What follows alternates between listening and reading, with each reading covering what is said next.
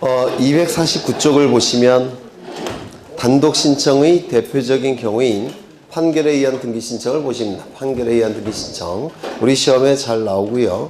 우리 부동산 등기법 제23조 제23조에 규정이 되어 있습니다. 23조 제4항에 규정되어 있는데요. 이것 좀 보겠습니다. 여기에 이러한 부동산이 있고 소유자가 갑입니다. 여기 이러한 부동산이 있고 소유자는 갑이에요. 갑이 을과 매매 계약을 체결합니다. 소유권 이전 등기까지 이루어지면 갑이 가진 소유권은 을의 소유권으로 변동이 될 겁니다. 이때 갑을 등기 의무자라고 얘기할 테고 을을 등기 권리자라고 얘기를 할 겁니다. 그래서 갑과 을은 등기소에 가서 등기를 신청하게 될 겁니다. 공동신청이 원칙이에요.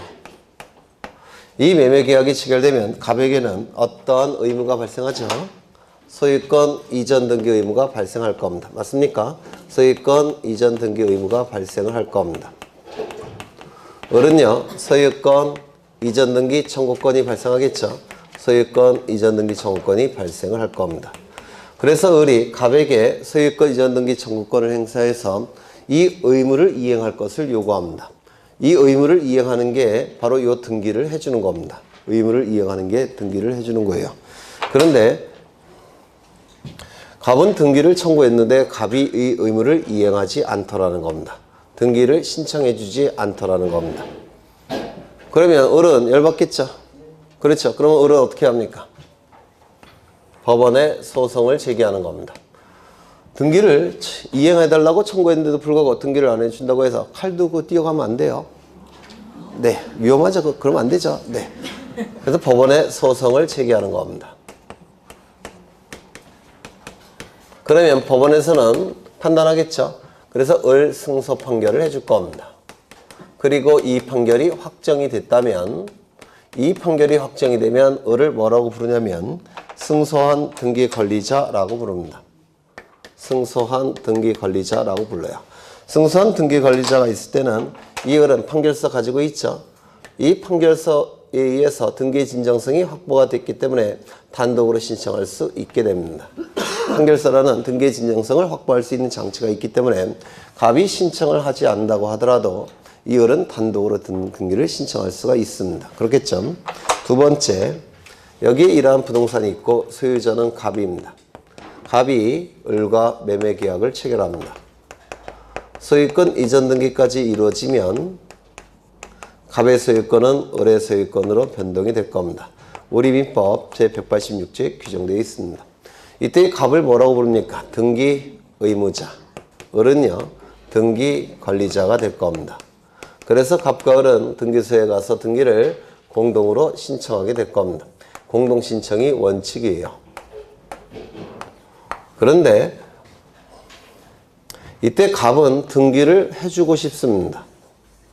근데 을이 등기를 받아가지 않는 경우도 있어요. 어느 경우가 그러냐면 을에게 채권자가 있을 때, 을에게 채권자가 있다는 얘기는 을은 채무자라는 뜻이 됩니다. 맞습니까? 그러면 이 채무자가 등기를 받아가게 되면 이 채권자가 자신의 채권을 만족받기 위해서 강제 집행을 통해서 부동산을 뺏어가는 경우가 있습니다. 이게 싫으니까 등기를 받아가지 않더라는 겁니다. 아까 갑에게도 등기 청구권이 하나 있다고 했죠? 뭐가 있다고 했습니까? 소유권 이전 등기, 수취 청구권. 그 다음에 을은요, 소유권 이전 등기, 수취 의무가 있죠? 이 등기 수취 의무를 이행하는 것이, 이걸 이행하는 것이 등기를 하는 겁니다. 등기를 신청하는 거예요. 근데 이 의무를 이행하지 않은 것이 등기를 신청하지 않은 겁니다. 그렇다면 이 부동산에 대한 세금은 전부 다 갑에게 부과가 될 겁니다. 열받겠죠? 그렇다고 해서 칼 들고 뛰어가면 안 되고요. 뭐 어떻게 합니까? 법원에 소송을 제기하는 겁니다. 법원에 소송을 제기하면 법원에서는 갑 승소 판결을 내줄 테고요.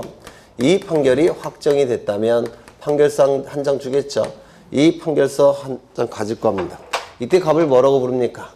승소한 등기 의무자라고 부릅니다.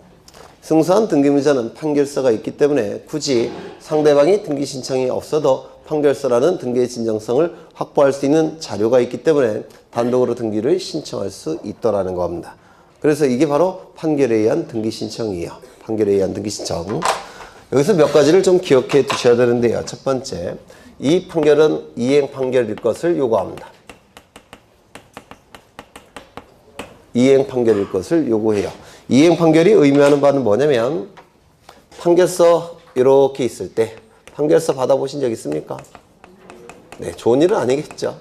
이 판결서는 두 가지 내용으로 구성되어 있는데요.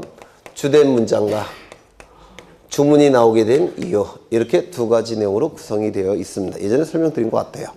이 주문은 주된 문장이라는 뜻인데 법원이 내린 판단의 결론에 해당되는 부분이에요. 결론.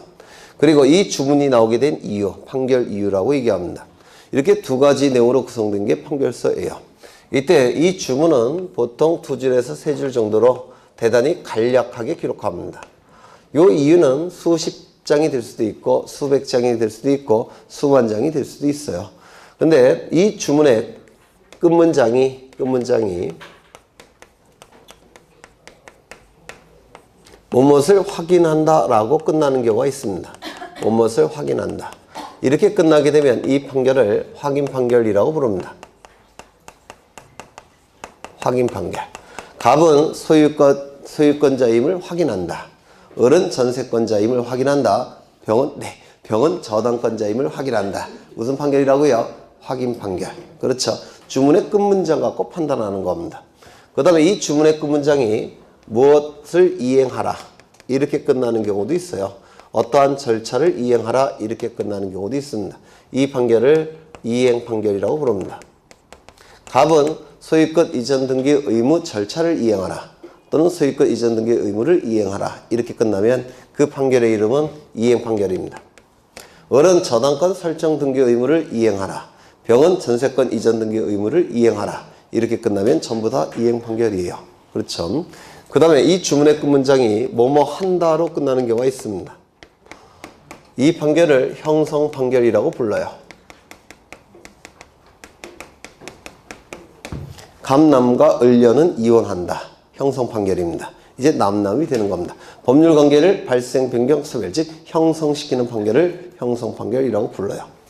여기에 한 필지 토지가 있는데요. 요 A 지점부터 요 B 지점까지 분할한다. 무슨 판결일까요? 형성 판결입니다. 구체적으로는 공유물 분할 판결입니다.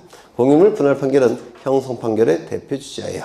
A 지점부터 B 지점까지 분할한다. 요 판결이 확정이 되면 등기 필요 없이 그 즉시 분할이 돼버립니다. 그래서 법률관계를 형성한다고 해서 형성 판결이라고 얘기합니다. 근데 이 판결 중에서 저기의 판결은 무슨 판결이어야 되느냐? 이행 판결이어야 된다. 왜냐하면 이때 갑과 을 사이에 법원의 판결은 어떻게 끝날까요? 갑은 소유권 이전 등기 의무를 이행하라 이렇게 판결문이 나올 겁니다. 맞습니까? 무슨 판결입니까? 이행 판결입니다. 을은 소유권 이전 등기 수취 의무를 이행하라 이렇게 판결이 나올 겁니다. 무슨 판결이겠습니까? 이행 판결입니다. 따라서 이 판결에 의한 등기 신청은 이행 판결이에요. 이 이행 판결일 때 승소한 등기 의무자나 승소한 등기 권리자는 이 판결서를 가지고 어떻게 할 수 있습니까? 단독 신청할 수 있더라는 겁니다. 승소한 등기 의무자나 승소한 등기 권리자는 이행 판결서를 가지고 등기를 단독으로 신청할 수가 있습니다. 맞습니까? 그렇죠. 그러면 패소자는 등기를 단독으로 신청할 수 있습니까? 없습니다. 왜? 우리 부동산 등기법 23조 제4항에서 명시적으로 승소한 등기 의무자, 승소한 등기 권리자만 판결서를 가지고 단독으로 신청할 수 있다고 되어 있기 때문에 패소자는 단독으로 신청할 수 없습니다. 승소한 자만이 단독으로 신청할 수 있습니다. 이거 이해가 되십니까? 그렇죠. 그런데 예외가 있습니다. 예외가 있어요. 형성 판결의 일종인 공유물 분할 판결은 예외입니다. 공유물 분할 판결은 승소한 등기 권리자, 승소한 등기무자가 판결서를 가지고 단독 신청하는 게 아닙니다. 이걸 좀 이해해 보죠. 여기에 한 필지 토지가 있고요. 등기부에는 갑과 을이 2분의 1씩 지분을 가지고 있다라고 등기가 되어 있습니다.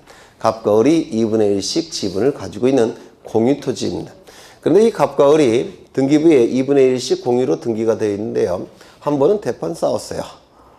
정치적인 문제, 종교적인 문제로 대판 싸웠습니다. 그래서 갑이 을에게 이렇게 얘기합니다. 나 너랑 등기부에 이름을 같이 올리기 싫으니까 이거 토지 분할하자 이렇게 제안을 해요. 그럴 수 있죠. 그렇죠. 그리고 갑이 을에게 어떻게 제안을 했냐면 여기가 도로인데요. 여기서부터 여기까지 분할하고 이쪽은 내가 가질 테니까 이쪽은 네가 가져라 이렇게 제안을 합니다. 받아들일까요? 안 받아들일까요? 안 받아들이겠죠. 바보가 아닌 이상. 그러면 이 갑은 이렇게 제안하면 될 것 같은데 그죠? 근데 이놈의 갑이 좀 이상해서 그래 네가 받아들이지 않으면 나는 법원의 소송을 통해서 이렇게 분할할 거다 라고 큰소리 뻑뻑 칩니다. 그래서 이 갑은 여기가 A 지점이고 B 지점인데 A 지점부터 B 지점까지 분할해 달라고 법원에 소송을 제기합니다. 이 소송의 이름은 공유물 분할 소송이라고 불러요. 민법에서도 하실 겁니다. 그러면 공유물 분할의 소를 제기할 테고요. 법원에서는 판결이 나오겠죠. 어떤 판결 나오겠습니까? A 지점부터 B 지점까지 분할한다 이렇게 판결 나오겠습니까? 안 나오겠죠. 네, 아무리 로스쿨 법관이라고 하더라도 그 정도 수준은 아닐 겁니다. 그러면 어떻게 판결이 나올까요? 여기 C 지점부터 D 지점까지 분할한다 이렇게 판결이 나올 겁니다. 이러면 이쪽 갑이 소유하고 이쪽 을이 소유하면 공평하죠? 아닌가요? 그렇겠죠? 네. 그래서 이 C 지점부터 D 지점까지 분할한다 라는 판결이 나옵니다. 그러면 갑이 소송을 제기한 건 뭡니까? A 지점부터 B 지점까지 분할해 달라고 소송을 제기했는데 법원은 C 지점부터 D 지점까지 분할한다라고 판결이 나왔습니다. 이때 갑을 뭐라고 부르냐면 원고라고 부를 테고 을을 피고라고 부릅니다.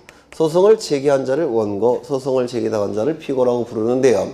그럼 이 공유물 분할 판결은 원고 승소 판결일까요? 원고 패소 판결일까요? 패소 판결입니다. 왜냐면 원고가 요구한 것이 법원에 의해서 거부가 된 겁니다. 맞습니까? 이건 원고 패소 판결이에요. 원고 패소고 피고 승소 판결입니다. 그렇죠? 그러면 법원의 판결에 의해서 이쪽은 갑이 소유할 테고 법원의 판결에 의해서 을은 이쪽에 소유하게 될 겁니다. 을은. 그렇죠? 그러면 이때는 무슨 등기할까요? 공유물 분할은? 민법에서 공유물 분할의 법적 성질을 뭐로 봅니까? 현물 분할. 네, 나중에 공부하실 거예요. 지분의 교환으로 봅니다.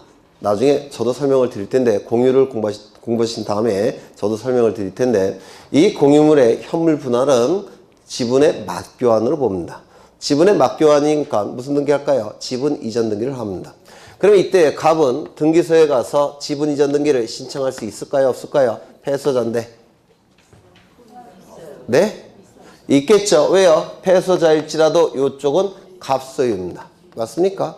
이쪽은 갑소유니까 갑이 지분 이전 등기 신청하는데 문제가 없습니다. 이거 이해가 되시나요? 그러면 형성 판결의 일정이 공유물 분할 판결만큼은 패소자도 등기를 신청할 수 있다 없다? 있다 라고 얘기합니다. 그러면 원고 피고 따질 필요가 있겠습니까? 없죠. 승소 여부 따질 필요가 없죠. 그렇죠. 그래서 공유물 분할 판결만큼은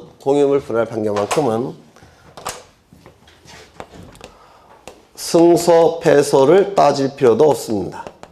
승소한 자도 단독 신청할 수가 있고 패소자도 단독 신청할 수 있습니다. 즉 원고 피고도 따질 필요가 없습니다. 둘 다 신청할 수가 있기 때문에 이게 시험에 잘 나옵니다. 정리하죠. 승소한 등기 관리자, 승소한 등기 의무자가 판결에 의한 등기를 신청할 때는 이때는 이행 판결을 얘기하는 겁니다. 그렇죠. 이행 판결의 경우에는 승소한 자만이 판결서를 가지고 등기를 단독으로 신청할 수 있습니다. 다만 예외적으로 형성 판결의 일정이 공유물 분할 판결만큼은 승소, 패소 따지지 않습니다. 원고, 피고 따지지 않습니다. 승소한 자도 패소한 자도 원고도 피고도 판결서를 가지고 등기를 단독으로 신청할 수 있게 됩니다. 이거 이해가 되시나요? 네. 두 번째. 이 판결은 확정 판결일 걸 요구합니다. 확정 판결일 거 요구해요. 그러면 확정 판결의 반대 의미는 뭐겠습니까? 미확정 판결일 겁니다.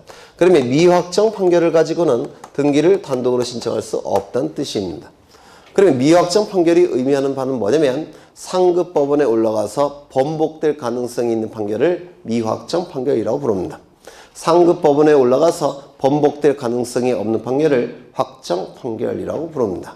그러면 상급 법원에 올라가서 번복될 가능성이 있는 판결을 가지고 등기를 단독으로 신청해서 등기가 실행이 되는 상태에서 상급 법원에 올라가서 번복이 돼버리면 어떻게 돼버립니까? 네? 다시요. 미확정 판결을 가지고 등기를 했습니다. 그런데 상급 법원에서 번복이 됐습니다. 그러면 그 등기는 어떤 운명에 처해질까요? 어려우세요?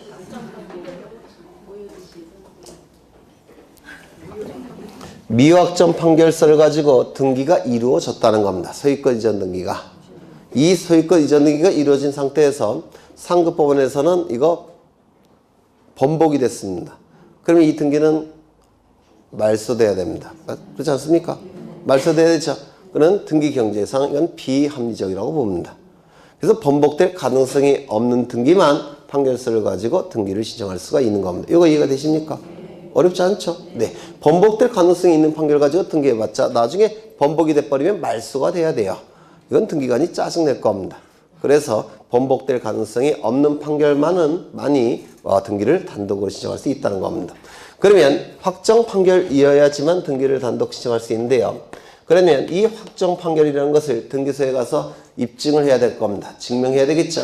따라서 확정 증명서를 첨부해야 됩니다.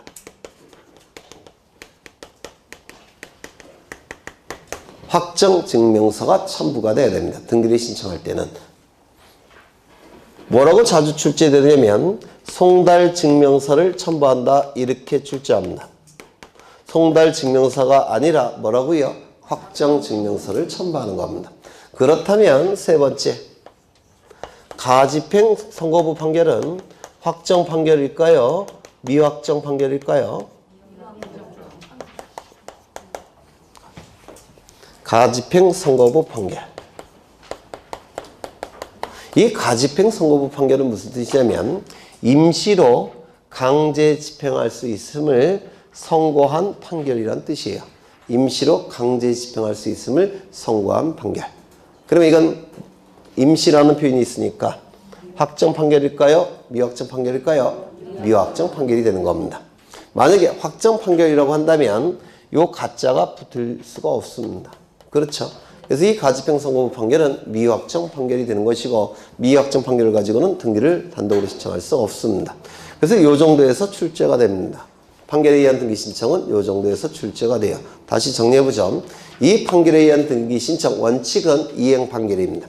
이행 판결은 승소한 등기 관리자, 승소한 등기 의무자만이 판결서를 가지고 등기를 단독으로 신청할 수 있게 됩니다. 다만 예외적으로 형성 판결의 일종인 공유물 분할 판결만큼은 승소, 패소 따지지 않습니다. 원고, 피고 따지지 않고 무조건 판결서를 가지고 패소한 자도 등기를 단독으로 신청할 수 있습니다.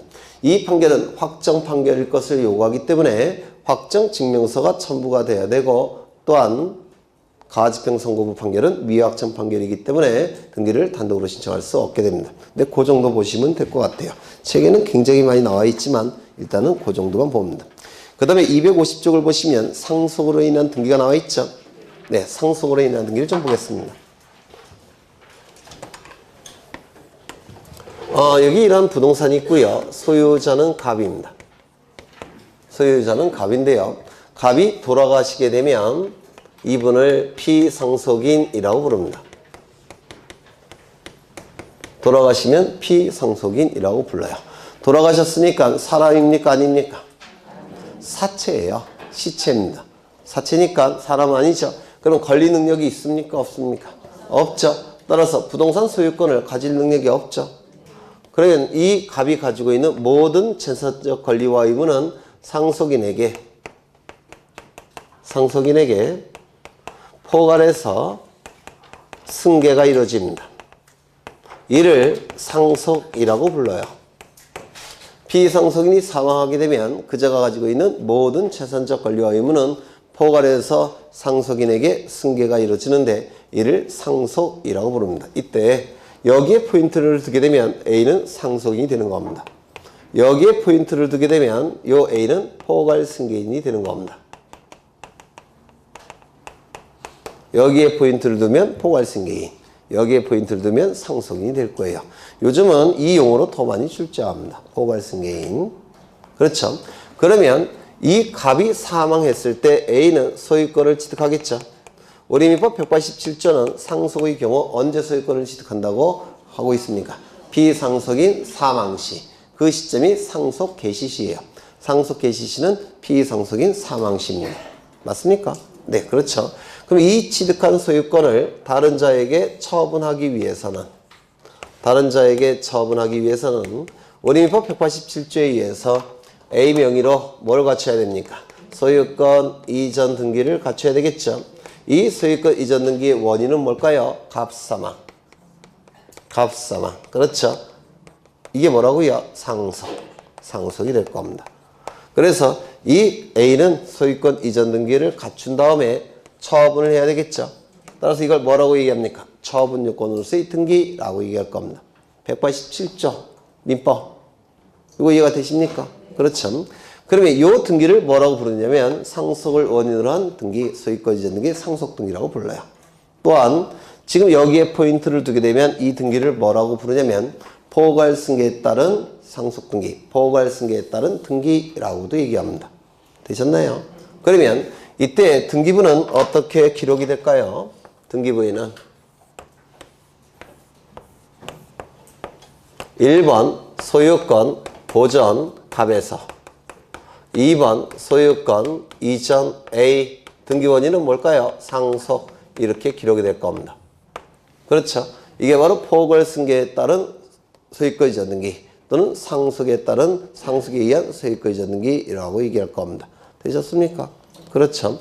그럼 이때 소유권은 누구에서 누구에게로 변동이 되는 겁니까? 이렇게 변동이 되는 겁니다. 그렇죠. 소유권이 비상속인에서 A로 넘어가는 등기죠. 맞죠? 그러면 등기부만 놓고 볼 때 이 갑은 등기 의무자가 되겠죠. 등기부만 놓고 판단할 때. 그렇죠. A는 뭐가 됩니까? 등기 관리자가 되겠죠. 그래서 이렇게 등기소에 가서 등기를 신청해야 될 겁니다. 문제는 이 갑은 돌아가셨죠. 따라서 등기 의무자가 존재합니까? 존재하지 않습니까? 존재하지 않습니다. 따라서 이 포괄 승계에 따른 등기 또는 상속 등기는 단독 신청이 될 겁니다. 그렇죠. 단독 신청이에요. 하나 더 볼 겁니다. 여기에 이런 부동산이 있고 소유자는 갑이에요. 갑이 을과 매매계약을 체결합니다. 매매계약이 체결되면 갑은 소유권 이전 등기 의무가 발생하겠죠.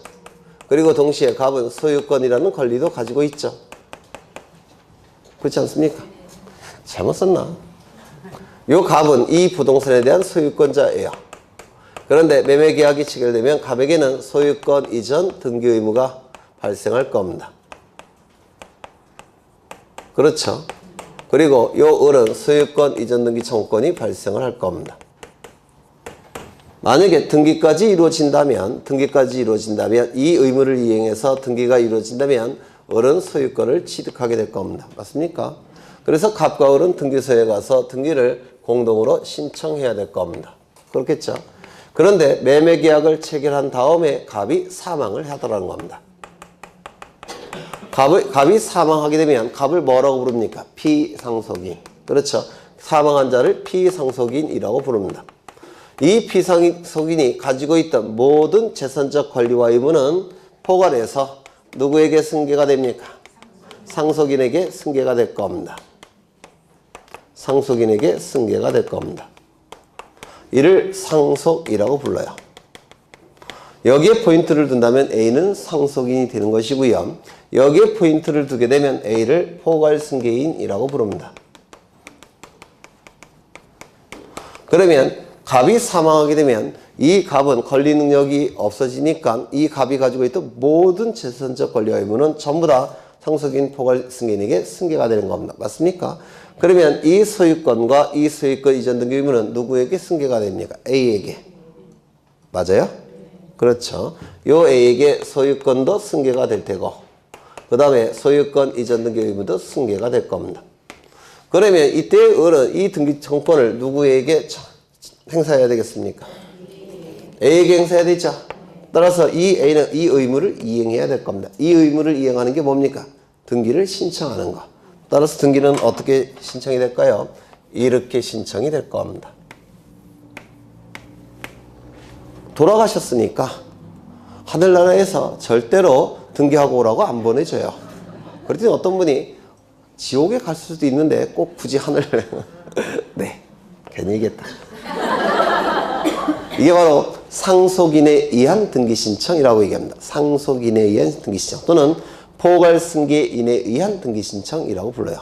그럼 이때는 등기부에 어떻게 기록이 되느냐면 이렇게 등기가 될 겁니다.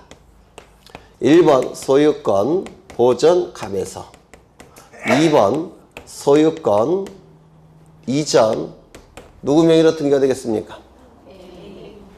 A요? 이렇게 등기를 신청해서 이 등기 실행하는 거 아닙니까? 그래서 을이 될 겁니다. 그럼 이 등기 원인은 상속입니까? 매매입니까? 매매가 될 겁니다. 원래는 이렇게 등기가 되는 게 정상이에요. 원래는 1번 소유권 보존 갑에서 갑이 사망했죠. 을 명의로 등기되기 전에 갑 사망했죠. 따라서 2번 소유권 이전 상속 A 3번 소유권 이전 을 이렇게 등기가 되는 게 정상입니다. 맞습니까? 왜? 물권 변동이 소유권 변동이 갑에서 A로 넘어갔고 A에서 을로 넘어갔죠. 그런데 요 A를 생략하고 이렇게 등기가 실행이 될 수도 있다는 겁니다. 일종의 뭘까요? 중간 생략 등기가 돼버립니다. 우리 등기법에서는 이를 인정해 줍니다. 이렇게 됐다고 해서 틀린 건 아닙니다. 하지만 우리 등기법에서 이것도 가능하다고 봅니다. 왜냐하면 어차피 을 명의로 등기가 될 거니까 이걸 생략할 수 있다고 보는 겁니다. 이거 틀린 게 아닙니다. 이것도 맞아요. 이것도 출제된 적이 있습니다. 이것도 맞는 등기라는 거. 하지만 우리 등기법에서는 이것도 가능하다고 봅니다. 이게 포괄승계인에 의한 등기신청 또는 상속인에 의한 등기신청이라고 부릅니다. 이 문구를 좀 잘 이해하셔야 돼요. 포괄승계에 따른 등기신청, 포괄승계에 따른 등기신청, 등기신청 또는 상속등기신청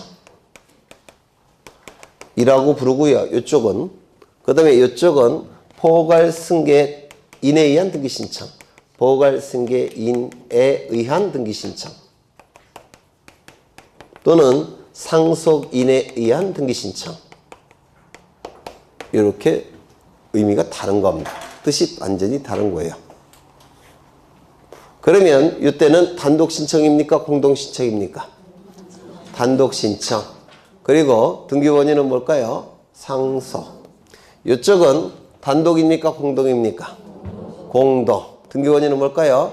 매매 이렇게 될 겁니다. 그렇죠? 아직은 헷갈리실 거예요. 여러 번 반복해서 들으셔야지만 이게 덜 헷갈릴 테고 아직은 헷갈리실 겁니다. 그래서 250쪽을 보시면 상속으로 인한 등기 나와 있고요. 그 다음에 251쪽에 법인 아닌 사단재단의 등기신청 나와 있죠. 법인 아닌 사단재단의 등기신청. 이 법인 아닌 사단재단은 뭐 나중에 다시 할 텐데요. 종중, 교회, 사찰, 또 뭐 있죠? 정당, 그리고 아파트 입주자 대표회의. 요 5가지 정도는 암기하셔야 되는데 이 법인 아닌 사단재단은 사람인가요? 아닌가요? 사람이 아니라고 했죠. 그래서 권리 능력 없는 사단재단, 비법인 사단재단이라고 말씀을 드렸습니다. 사람은 아니지만 현실적인 필요에 의해서 등기신청 적격을 인정한다고 했습니까? 인정하지 않는다고 했습니까? 인정한다라고 했습니다. 그렇죠? 네, 인정한다라고 했습니다. 아까 그려드린 그것만 기억하시면 될 것 같아요.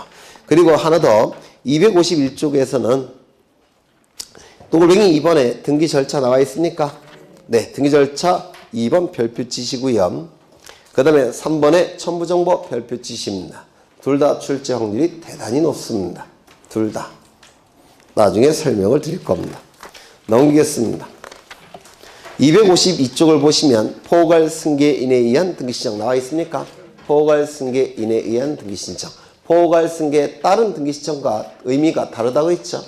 포괄승계에 따른 등기신청은 단독신청, 포괄승계인에 의한 등기신청은 공동신청. 그렇죠. 네. 그 다음에 넘기겠습니다. 제3자에 의한 등기신청. 목차가 좀 이상한데 포괄승계인에 의한 등기신청도 제3자에 의한 등기신청이에요. 그래서 제3자에 의한 등기신청은 세 가지가 있죠. 첫 번째, 포괄승계인에 의한 등기신청. 두 번째, 대리인에 의한 등기신청. 세 번째, 대위신청. 세 가지가 제3자에 의한 등기신청입니다. 그러면 제3자에 의한 등기신청에서 가장 중요한 것은 채권자 대위신청입니다. 253쪽에 나와 있습니다. 제3자에 의한 등기신청에서 가장 중요한 것은 채권자 대위신청이에요. 이것 좀 보겠습니다.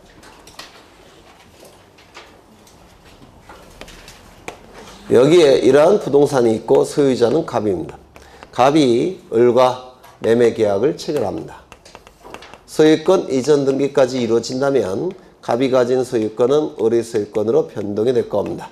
우리 민법 186조에 의해서. 이때 갑을 뭐라고 부를까요? 등기 의무자. 을은요, 등기 권리자라고 부를 겁니다. 등기만 놓고 형식적으로 판단합니다. 따라서 갑과 을은 이제 등기소에 가서 등기를 공동으로 신청하게 될 겁니다. 그런데 갑은 대금을 받았으니까 등기를 신청하고자 합니다. 그런데 을이 등기를 받아가지 않더라는 겁니다. 이유를 따져봤더니 여기에는 이렇게 채권자가 존재합니다. A가 채권자란 얘기는 을은 채무자란 뜻입니다. 그래서 채무자가 등기를 신청해서 등기 명의를 받아가면 여기서 강제 집행 들어와서 뺏어갈 것 같으니까 등기를 받아가지 않는 경우도 존재합니다. 그렇겠죠? 그러면 을의 입장은 충분히 이해가 되죠? 을의 입장은 충분히 이해돼요. 하지만 요 A를 보호해 줘야 됩니다. 채권자를 보호할 장치가 필요해요. 그래서 이 채권자는 요 채무자의 요 등기 신청권을 채무자를 대신하는 지위에서 등기를 신청할 수 있는 방법을 우리 등기법에서 마련해 놨습니다. 이를 채권자 대위 신청이라고 불러요. 이 채권자 대위 신청은 우리 민법 제404조의 근거 규정이 있습니다. 404조의 채권자 대위권이라는 근거 규정에 의해서 우리 등기법은 대위 신청 절차를 마련해 놓은 겁니다.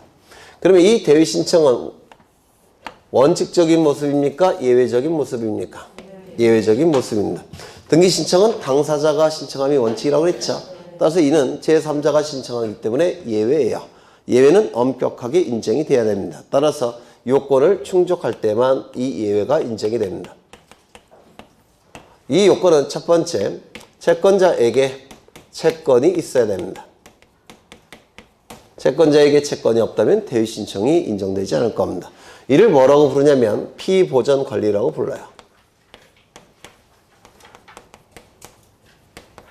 보전되는 권리란 뜻이에요. 등기를 통해서 이 A가 가진 채권은 보전을 받을 겁니다. 그래서 A가 가진 채권을 비보전 권리라고 부르고요. 두 번째, 채무자에게 등기 신청권이 있어야지만 채권자는 대신 신청할 수 있겠죠. 그래서 채무자에게 등기 신청권이 있어야 됩니다. 이를 피대위 권리라고 불러요. 대위 당하는 권리라고 해서 피대위 권리라고 부릅니다. 세 번째, 이게 좀 어려운데요. 이 등기는 채무자에게 불리해서는 안 됩니다. 이 등기는 채무자에게 불리해서는 안 된다는 겁니다. 그러면 불리라는 얘기는 무슨 뜻일까요? 불이익이란 뜻이죠. 맞습니까? 그러면 등기는 채무자에게 불이익이 돼서는 안 된다는 겁니다. 그러면 이 불이익은 누가 갖는 겁니까? 네? 등기가 이루어짐으로 해서 권리를 상실하여 불이익이 발생한 자는 누굽니까? 등기 의무자 아니겠습니까? 그렇죠. 그러면 이 의미는 채무자는 등기 의무자여서는 안 된다는 겁니다. 그때는 대위 신청할 수 있다는 겁니까? 못하는 겁니까? 등기 의무자여서는 안 된다는 얘기는 등기 의무자일 때는 대위 신청할 수 없다는 뜻이에요. 다시요. 이 대위 신청이 가능하기 위해선 이 등기는 채무자에게 불리해서는 안 됩니다. 그러면 이 등기는 채무자에게 불이익이 돼서는 안 된다는 뜻이에요. 이 말은 이 등기는 채무자가 등기 의무자여서는 안 된다는 뜻입니다. 그러면 대위 신청하기 위해서는 채무자가 등기 의무자가 돼서는 안 된다는 뜻이죠. 이거 뭘 얘기하느냐면 채무자는 얘죠. 이제는 대위 신청할 수 있습니까? 있죠. 그렇죠. 그럼 채무자가 갑이라고 한다면 그러면 여기 채권자가 있겠죠. 그러면 이 채권자 A는 대위 신청할 필요가 있을까요? 없을까요? 채권자 입장에서는 누구 이름으로 등기가 되어 있는 것이 강제집행 들어오기가 쉽습니까? 갑의 이름으로. 맞습니까? 그래서 채권자가 이쪽에 있을 때는 대위 신청할 필요가 없습니다. 이쪽에 있을 때만 대위 신청이 가능하다는 겁니다. 무슨 말인지 아시겠습니까? 그러면 여기서 이 등기는 채무자가 등기 의무자여서는 대위 신청이 안 된다는 뜻이에요. 이게 이런 뜻인데 좀 어렵죠? 네, 그냥 일단 외워두세요. 지금은 아직 법에 대한 리걸 마인드가 생기지 않으셔갖고 좀 어려우실 텐데 나중엔 저절로 아시게 돼요. 뭐 어려운 건 아니니까. 이때 이 채권은 종류를 묻지 않습니다. 따라서 아무 채권이나 상관이 없습니다.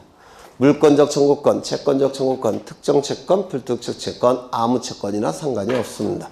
채권자에게 이익만 된다면 채권자는 대신 신청할 수가 있는 겁니다. 두 번째, 이 등기 신청권은 권리에 관한 등기여도 되고 사실에 관한 등기여도 상관이 없습니다. 즉 표제부 등기도 대위 신청이 가능하다라고 얘기합니다. 갑구을구 등기뿐만 아니라 표제부 등기도 이 채권자는 대신 신청할 수가 있습니다.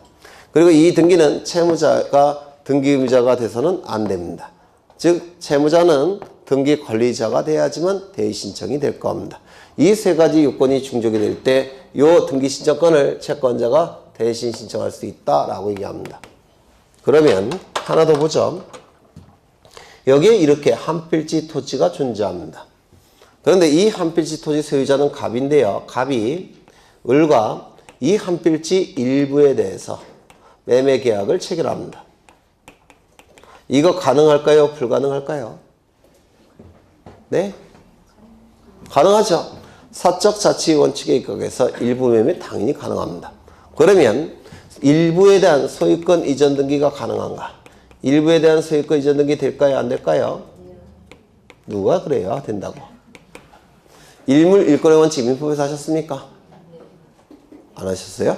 일물 일권의 원칙. 했어요? 네. 그래서 일부 소유권 이전 등기는 허용되지 않습니다. 일부에 대한 매매 계약은 가능한데 일부 소유권 이전 등기는 허용되지 않아요. 그러면 일부 소유권 이전 등기가 허용되지 않다면 전부에 대한 소유권 이전 등기가 돼야 되겠죠. 전부가 되기 위해서는 이거 어떻게 해야 됩니까? 분필을 해야 됩니다. 분필을. 맞습니까? 쪼개서 여기에 대해서 소유권 이전 등기, 전부 소유권 이전 등기 해줘야 돼요. 그러면 이 분필은 갑이 등기소에 가서 분필 등기를 신청하는데 이 분필이 이루어지면 면적이 반으로 줄죠. 따라서 이거는 갑굴구에 하는 등기겠습니까? 표제부에 하는 등기겠습니까? 면적을 기록하는 표제부에 하는 등기입니다. 맞습니까? 그러면 이 분필 등기는 표제부에 하는 등기니까 사실에 관한 등기입니까? 권리에 관한 등기입니까? 사실에 관한 등기죠. 그런데 갑이 신청하지 아니할 때 요 을은 이 분필 등기를 대신 신청할 수 있느냐? 있을까요? 없을까요? 있다는 겁니다. 첫 번째, 을은 채권이 있습니까? 채권. 매매계약 체결되었으니까 소유권 이전 등기 신청권이 있죠. 두 번째, 채무자는 등기 신청권이 있습니까? 분필 등기 신청권이 있죠. 이 등기는 사실에 관한 등기여도 상관이 없다고 했죠. 그리고 이 등기는 이 분필 등기는 채무자에게 불리한 등기입니까? 표제부 등기는 이 불이익이 없어요. 갑굴구에서만 나타납니다. 불리한 등기는 아니죠. 따라서 대위 신청이 가능합니다. 그러면 이때의 대위 신청은 공동 신청이겠죠. 이렇게. 이때의 대위 신청은 공동입니까? 단독 신청이겠죠. 이 등기 신청이 단독이니까 대위도 단독. 이 등기 신청이 공동이니까 대위도 공동 이렇게 될 겁니다. 네, 뭐 이런 게 있다고 생각하시면 돼요. 지금은 이렇게 구체적인 내용은 아실 필요 없고요. 그냥 이 세 가지 정도만 기억하셔도 충분히 나중에 출제가 되면 다 득점하실 수 있습니다. 첫 번째 뭐라고요? 채권자에게 채권이 있을까? 두 번째, 채무자에게 등기 신청권이 있을까? 세 번째, 그 등기는 채무자에게 불리한 등기가 아닐 것. 요 세 가지만 기억하셔도 나중에 다 득점하실 수가 있습니다. 넘기겠습니다. 일일이 꼼꼼히 하면 좀 어려워지죠. 255쪽을 보시면 대리인에 의한 등기 신청이 나오는데 민법에서 대리 하셨죠? 하셨어요? 어디 하셨는지 여쭤보겠습니다. 대리는 대신 법률 행위를 한다라는 뜻이라고 했죠. 네. 여기 이러한 부동산이 있고 소유자가 갑입니다. 갑이 을과 매매 계약을 체결합니다. 이때 갑을 뭐라고 불러요? 본인. 을은 상대방 이렇게 부를 겁니다. 그렇죠? 10억의 매매 계약을 체결합니다. 그런데 갑이 을에게 대리권을 수여합니다. 을에게 대리권을 수여하고요. 그 다음에 이렇게 매매 계약을 체결한다면 이게 뭐가 됩니까? 민법에서. 네? 네? 을이 대리인이라고 했죠? 대리인이 자기 자신과 계약을 체결했죠? 뭐라 불러요? 자기 계약. 이거 자기 계약 그린 건데 대리인이 자기 자신과 계약 체결한 거 아닙니까? 자기 계약. 그렇죠? 네? 아니 무권 대리는 대리에서 가장 난이도가 높은 건데 기본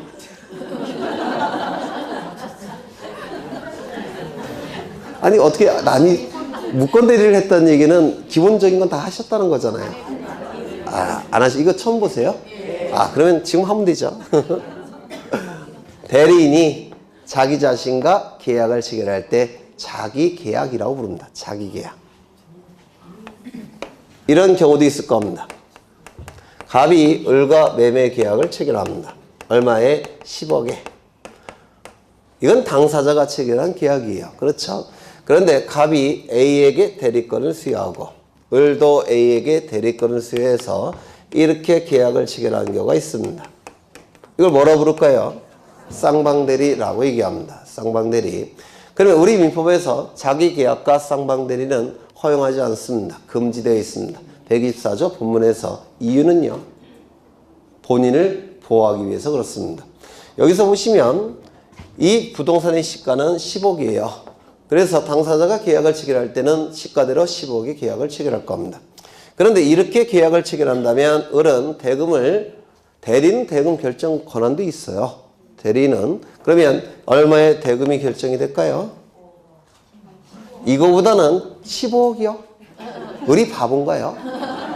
아니죠. 10억보다는 적게 결정하겠죠. 한 5억으로 하겠습니다. 그러면 본인에게 손해가 발생합니까? 발생합니다. 이 대리제도는 본인을 보호하기 위해서 특별히 고안된 제도예요. 사적 자치 능력을 확대하고 사적 자치 능력을 보충하기 위해서. 이런 거 안 하셨습니까? 네, 할 거예요, 앞으로. 네. 그러면 갑을 보호하기 위한 제도가 대리제도인데 만약에 이렇게 대리행위가 이루어지게 되면 본인에게 손해가 발생할 수밖에 없기 때문에 우리 민법 124조에서는 이 자기계약을 금지합니다. 그렇겠죠? 네. 쌍방대리 이것도 본인에게 해가 될 가능성이 있습니다. 요 갑과 을이 본인이죠. 그러면 대금은 얼마로 결정할까요? A는 알아서. 갑과 치라면 15억쯤. 을과 치라면 5억쯤. 이렇게 될 가능성이 있습니다. 그래서 본인 중에 하나는 한 본인에게는 엄청나게 큰 손해가 발생할 가능성이 있습니다. 그런데 대리제도의 본질과 충돌을 일으켜요. 본인을 위한 제도가 대리제도인데 자기계약과 쌍방대리는 본인에게 손해가 발생할 가능성이 대단히 높기 때문에 우리 민법에서는 금지시킵니다. 맞습니까? 그래요, 안 그래요? 그렇다고 하세요, 그냥. 네. 그런데 등기는 얘기가 달라집니다. 이 등기는 대금은 본인이 결정하고 등기만 이렇게 신청하는 겁니다. 이렇게. 그러면 자기 계약 금지 규정이 우리 등기 신청에는 적용될 여지가 있습니까? 없습니까? 없어요. 그렇죠? 쌍방대리도 마찬가지입니다. 쌍방 등기는 대금은 이렇게 결정하고 등기만 이렇게 가는 겁니다. 혼자. 그러면 본인에게 해가 될 가능성이 있습니까? 없습니다. 그래서 이 자기계약 쌍방대리는 민법에서는 본인 보호를 위해서 금지시키지만 우리 등기법에서는 본인 보호를 위해서 금지시킬 필요가 없습니다. 맞습니까? 또한 124조 단서에는 채무 이행 행위는 가능하다라고 되어 있습니다. 쌍방대리 자기계약은 금지되어 있지 않다고 되어 있어요. 채무 이행 행위는 등기하는 건 채무 이행 행위라고 했죠. 그래서 자기계약과 쌍방대리 금지 규정은 우리 등기법에서는 적용되지 않습니다. 이거 하나 기억하시면 돼요. 여기 대리인에 의한 등기 신청은. 그래서 255쪽을 보시면 동글뱅이 2번이 있죠. 이거 하나 보시면 돼요. 자기계약 쌍방대리 보시면 하나 둘 셋 넷 다섯째 줄 보시면 본인의 이익을 부당하게 해할 염려가 없으므로 자기계약 쌍방대리가 허용된다라고 되어 있죠. 등기법에서는 허용이 됩니다. 본인에게 해가 될 가능성이 전혀 나타나지 않기 때문에 그렇습니다. 등기시청행위는 채무이행행위이기도 하고요. 그 다음에 하나 더 기억하셔야 될 게 맨 마지막에 디귿 있습니까? 디귿. 네, 디귿 별표는 치십니다. 나중에 설명을 드릴 거예요. 그 다음에 256쪽을 보시면 등기신청 정보의 제공 나와 있습니다. 이것 좀 보겠습니다. 여기에 이러한 부동산이 있고 소유자는 갑입니다. 갑이 을과 매매계약을 체결합니다. 이 매매계약 안에는 물권행위도 들어가 있을 거예요. 그리고 소유권 이전 등기까지 이루어지면 갑의 소유권은 을의 소유권으로 변동이 될 겁니다. 갑을 등기 의무자라고 부를 테고 을을 등기 권리자라고 부를 겁니다. 그래서 등기 의무자와 등기 권리자는 등기소에 가서 등기를 공동으로 신청하게 될 겁니다. 이때 등기를 신청할 때는 갑과 을은 등기 신청 정보라는 것을 등기소에 제공을 해야 됩니다. 등기 신청 정보를 등기소에 제공합니다. 그러면 이 신청 정보의 내용을 보고서 등기관은 등기부에 옮겨 적습니다. 요즘은 등기 기록이라는 용어를 더 많이 써요. 등기 기록에 옮겨 적습니다. 예전엔 신청서라는 용어를 쓰는데요. 지금은 신청서라는 용어보다는 컴퓨터 파일 형태이기 때문에 신청정보라는 용어를 더 많이 쓰고요. 예전엔 등기부라는 용어를 썼는데 요즘은 등기 기록이라는 용어를 더 많이 씁니다. 신청정보의 내용을 보고서 등기관은 이쪽에 옮겨 적습니다. 이를 등기를 실행한다라고 얘기합니다. 그렇다면 등기부에 여기에 옮겨 적겠다면 그 내용이 이제 공시가 되는 겁니다. 맞습니까? 공시가 될 겁니다.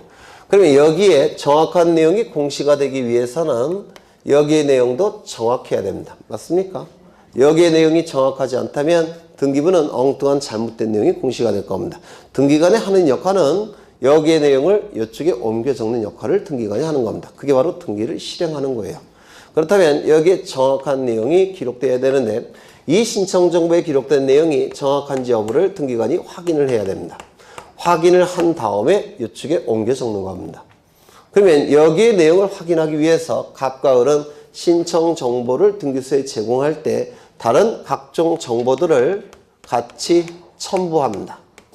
이 내용을 등기관이 확인하도록 하기 위해서 각종 정보들을 신청 정보에 첨부합니다. 첨부가 이루어지면 등기관은 이 첨부된 정보를 가지고 신청 정보의 내용을 확인을 합니다. 확인이 돼서 올바른 내용만 들어가 있다면 이쪽에 옮겨 적게 돼요. 이를 등기를 실행한다라고 얘기합니다. 여기까지 되셨습니까? 그러면 이쪽 첨부된 정보를 가지고 이쪽 신청 정보의 내용을 확인하는 거, 이를 형식적으로 심사한다라고 부릅니다. 그래서 등기관은 신청 정보에 의심적인 내용이 있을 때 이 갑과 을을 등기소에 소환을 해서 조사할 수는 없어요. 그거는 수사기관만 할 수 있는 겁니다. 법관이나. 그렇죠. 그래서 등기관이 하는 역할은 뭐냐면 첨부된 정보만을 가지고 신청 정보의 내용을 확인만 합니다. 확인이 되면 옮겨 적게 돼요. 이를 형식적으로 심사한다라고 부릅니다. 이게 보통 종이가 될 텐데요. 이 서류 심사를 얘기하는 겁니다. 서류 심사. 그게 바로 형식적 심사라고 얘기합니다. 그러면 이 형식적으로 심사하는 기준이 있을 겁니다. 이 기준은 우리 부동산등기법 제29조에서 제1호부터 제2호, 제3호 쭉 가서 제11호까지 규정이 되어 있습니다. 심사 기준이 29조에서 제1호부터 11호까지 규정이 되어 있는데요. 이 1호부터 11호까지를 뭐라고 부르냐면 각하사유라고 부릅니다. 여기서 각자는 무릎 각자를 얘기하고요. 무릎. 하는 아래 하자를 얘기하는데요. 각하라 한다는 얘기는 무릎 밑으로 신청서를 던져버린다는 뜻이에요. 참으로 건방진 놈들이죠. 그렇지 않습니까? 여기에 해당되는지 여부를 판단한 다음에 해당이 되면 무릎 밑으로 던져버리는 거. 이를 각하 결정이라고 부릅니다. 우리나라 사람이 만든 용어는 아닐 거예요. 일본 놈들이 만든 용어예요. 무릎 밑으로 던져버리는 것. 즉 거부 결정을 얘기합니다. 등기 신청의 거부 결정. 그러면 등기 신청에 뭐가 되는 겁니까? 거부 사유가 될 겁니다. 그래서 29조 제1호부터 11호까지 해당이 된다면 이때는 등기 신청을 거부하게 됩니다. 이거 되셨습니까? 네. 그러면 제1호는 뭐가 있냐면 가나를 위반하는 경우. 제2호는 사건이 등기할 것이 아닌 경우. 간단하게 표현하면 등기 능력이 없는 경우. 제3호는 저도 몰라요. 11호도 모릅니다. 이렇게 각하 사유가 규정이 되어 있고 여기에 해당이 된다면 등기 신청을 각하 거부해야 됩니다. 여기까지 되셨습니까? 그렇죠. 그런데 여기에 해당됨에도 불구하고 각하 결정을 하지 않는 경우가 있습니다. 그 이유는 여러 가지가 있을 텐데요. 각하 결정을 하지 않고 등기를 실행하는 경우도 있어요. 뭐 실수해서 잘못 등기하는 경우도 있을 테고 뒷구녕으로 돈 많이 받고서 일부러 등기해 주는 경우도 있을 테고 그렇죠. 그래서 등기가 실행되는 경우도 있습니다. 그러면 이 실행된 등기는 효력이 있느냐 이게 대단히 중요합니다. 다시요. 29조 제1호부터 11호에 해당이 된다면 각하 사유에 해당이 되니까 각하 결정을 해야 되겠죠. 그런데 등기관이 각하 사유에 해당됨에도 불구하고 각하 결정하지 않고 등기를 실행했다는 겁니다. 그러면 그 실행된 등기가 효력이 있는지 여부가 문제가 됩니다. 효력이 있느냐. 이거는 여기서 나눠서 판단합니다. 여기서 이렇게 나눠서 판단합니다. 여기서 나누는 이유는요. 이쪽은 공시 기능이 없는 등기예요. 등기가 실행이 됐다고 하더라도 공시 기능이 없는 등기입니다. 이쪽은 등기가 실행이 됐는데 공시 기능은 있는 등기입니다. 쉽게 얘기해서 이쪽은 흠이 굉장히 큰 등기고요. 이쪽은 흠이 굉장히 작은 등기라는 겁니다. 이거 이해가 되십니까? 그렇죠. 그러면 이 1호, 2호의 위반의 경우에는 공시 기능이 전혀 없습니다. 따라서 하자가 굉장히 크다라고 평가합니다. 흠이 굉장히 크다라고 평가해요. 하자가 굉장히 크기 때문에 효력을 절대로 인정할 수가 없습니다. 당연무효, 절대무효라고 얘기합니다. 효력을 절대로 인정할 수가 없기 때문에 등기관이 발견했다면 어떻게 해야 될까요? 신청이 없을지라도 직권으로 말소해야 됩니다. 직권으로 말소해야 돼요. 그런데 직권으로 말소하지 않는 경우도 있겠죠. 예를 들어서 뒷구녕으로 뭐 받았을 때 그때는 이해관계인이 이 신청을 통해서 말소시킬 수도 있습니다. 이게 세트예요. 세트. 기계적으로 이게 암기되셔야 됩니다. 그 다음에 3호부터 11호까지는 이때는 공시 기능은 있는 등기들입니다. 다만 등기법이 정하는 절차를 지키지 않았을 뿐이지 공시 기능은 있는 등기라는 겁니다. 이때는 공시 기능이 있으니까 하자는 굉장히 조금 있다라고 평가합니다. 작다라고 평가해요. 하자가 작기 때문에 이때는 당연히 무효이겠습니까? 당연 무효로 볼 수는 없습니다. 공시 기능은 있기 때문에. 당연 무효가 아니라고 한다면 등기관이 직권으로 말소할 수 있느냐? 직권으로 말소할 수도 없습니다. 왜? 공시 기능이 있기 때문에. 공시 기능이 있는 등기를 이해관계인이 이 신청을 통해서 말소시킬 수 있냐? 이것도 허용되지 않습니다. 공시 기능이 있기 때문에. 이것도 세트입니다. 그러면 이쪽은 왜 공시 기능이 없다라고 부르냐면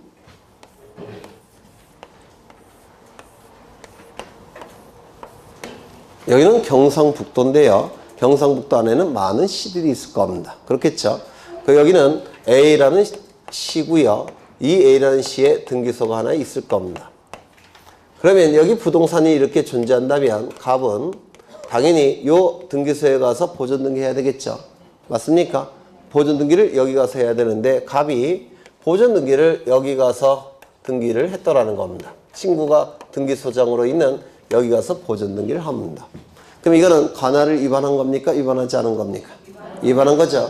그래서 갑은 을과 매매계약을 체결하고자 합니다. 매매계약을 체결할 때 먼저 등기부 확인해야 되겠죠. 등기부를 확인하려고 하니까 당연히 여기에 등기부가 있다고 생각할 겁니다. 그럼 여기 없으면 이쯤에는 있겠지 가보겠죠. 그런데 여기 있다라고 상상이 날 수 있겠습니까? 없습니다. 관할을 위반한 등기는 공시기능이 없습니다.